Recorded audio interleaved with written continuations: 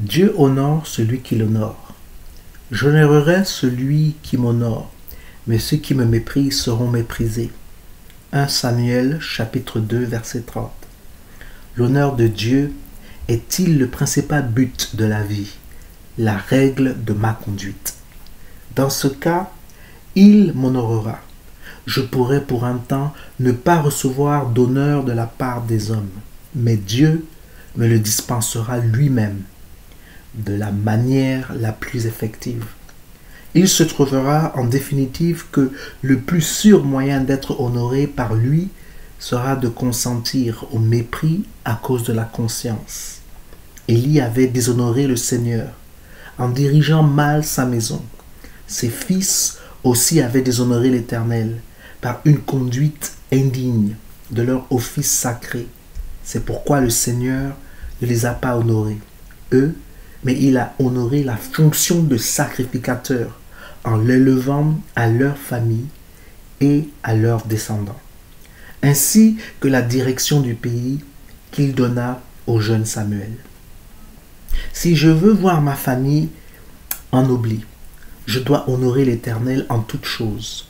Dieu peut permettre aux méchants de gagner les honneurs du monde, mais la dignité qu'il réserve de donner lui-même, savoir la gloire, l'honneur et l'immortalité, est pour ceux qui, dans une sainte obéissance, prennent soin de l'honorer.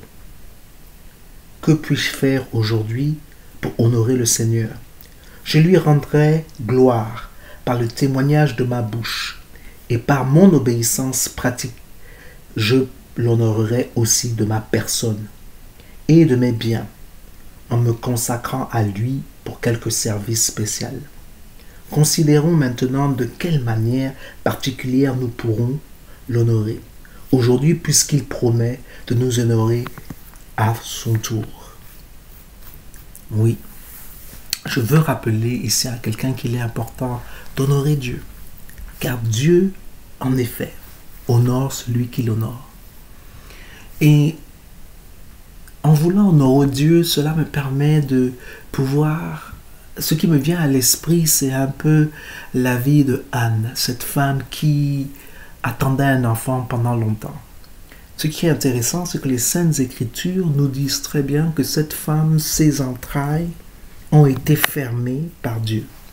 Je ne sais pas, et nous ne savons pas exactement pourquoi Dieu a fermé ses entrailles. Mais nous savons avec certitude que ses entrailles étaient fermées et fermées par Dieu. Cependant, cette femme n'a jamais désespéré. Elle savait ce qu'elle voulait au plus profond d'elle-même.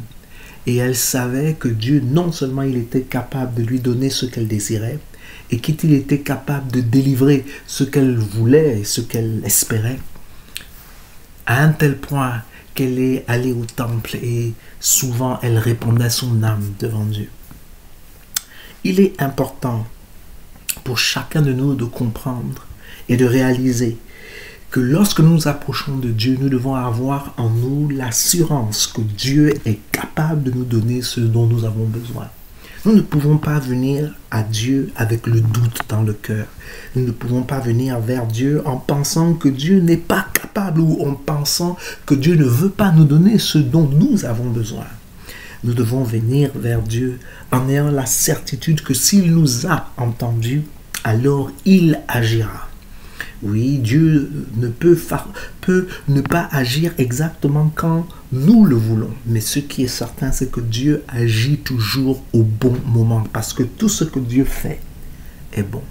Et voilà que cette femme répand son esprit devant l'Éternel. Que cette femme est en train d'implorer Dieu. Que cette femme est en train d'invoquer Dieu. Que cette femme est en train de répandre son âme devant Dieu.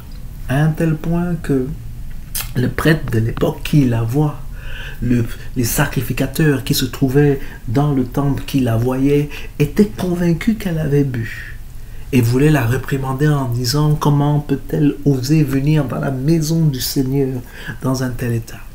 Et elle, pour sa défense, disait: non, je ne suis pas ici comme vous le pensez. Je ne suis pas ici dans un état de ivresse. mais je suis ici parce que je m'attends à ce que Dieu me donne quelque chose.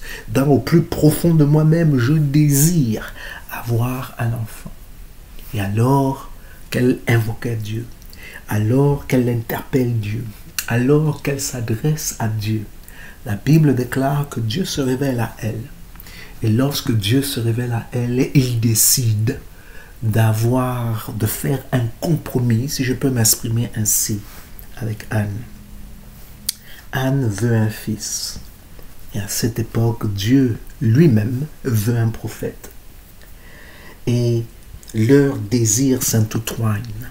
Ce que Anne veut et ce que Dieu veut sont interceptés, c'est-à-dire ça ne forme plus comme. Et voilà pourquoi maintenant je comprends de mieux en mieux ce que ce verset veut dire. De faire de l'Éternel tes délices et il te donnera les désirs de ton cœur. En d'autres termes, tu aimes Dieu tellement que tes désirs et les désirs de Dieu ne forment plus qu'un. Tu ne sais même plus où ton désir commence et où le désir de Dieu termine, parce que il ne forme plus qu'un. Lorsque ce que toi tu veux pour toi-même, c'est ce que Dieu veut pour toi, et ce que Dieu veut pour toi, c'est ce que toi tu veux pour toi-même, ce que tu demandes à Dieu, Dieu te le donnera, parce que Dieu est fidèle et il accomplira toujours ce que lui il désire, ce que Dieu dit, sa main l'accomplit. Ce que sa bouche a dit, personne ne peut renverser ce que Dieu a dit. Et voilà que le deal est fait. Voilà que la requête est scellée. Et voilà que Dieu et Anne se mettent d'accord. Et en effet, Anne aura cet enfant. Ce que j'aimerais pouvoir souligner ici, c'est que Dieu honore celui qui l'honore.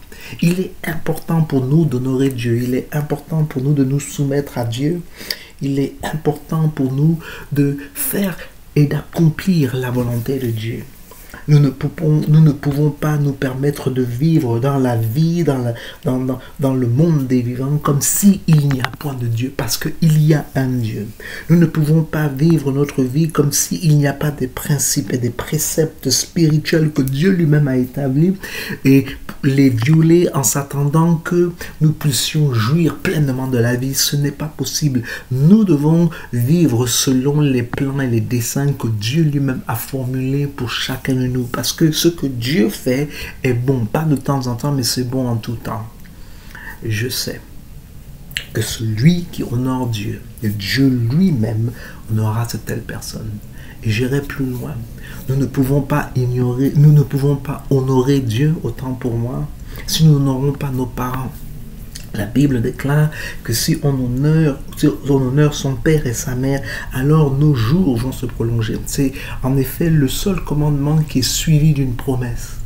À tous ceux qui désirent vivre longtemps, tous ceux qui veulent expérimenter une vie agréable pendant longtemps, il est important que vous appreniez à honorer vos parents. N'attristez pas le cœur de vos parents, n'attristez pas vos parents, mais faites en sorte qu'ils soient honorés. Honorez vos parents, car Dieu honore celui qui l'honore. J'aimerais encourager toutes les personnes qui vont écouter ce live dominical en vous disant que je sais que vous avez des souhaits, je sais que vous avez des désirs. Et je suis là pour dire à chacun de vous de faire de l'Éternel vos délices et il vous accordera les désirs de votre cœur.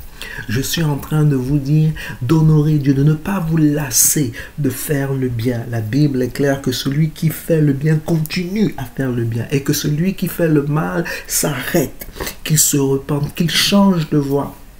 Et qui permettent au Saint-Esprit, qui permettent à Dieu de le transformer, afin que lui aussi puisse devenir une nouvelle créature, afin que les choses anciennes puissent être passées, que toutes choses puissent devenir nouvelles.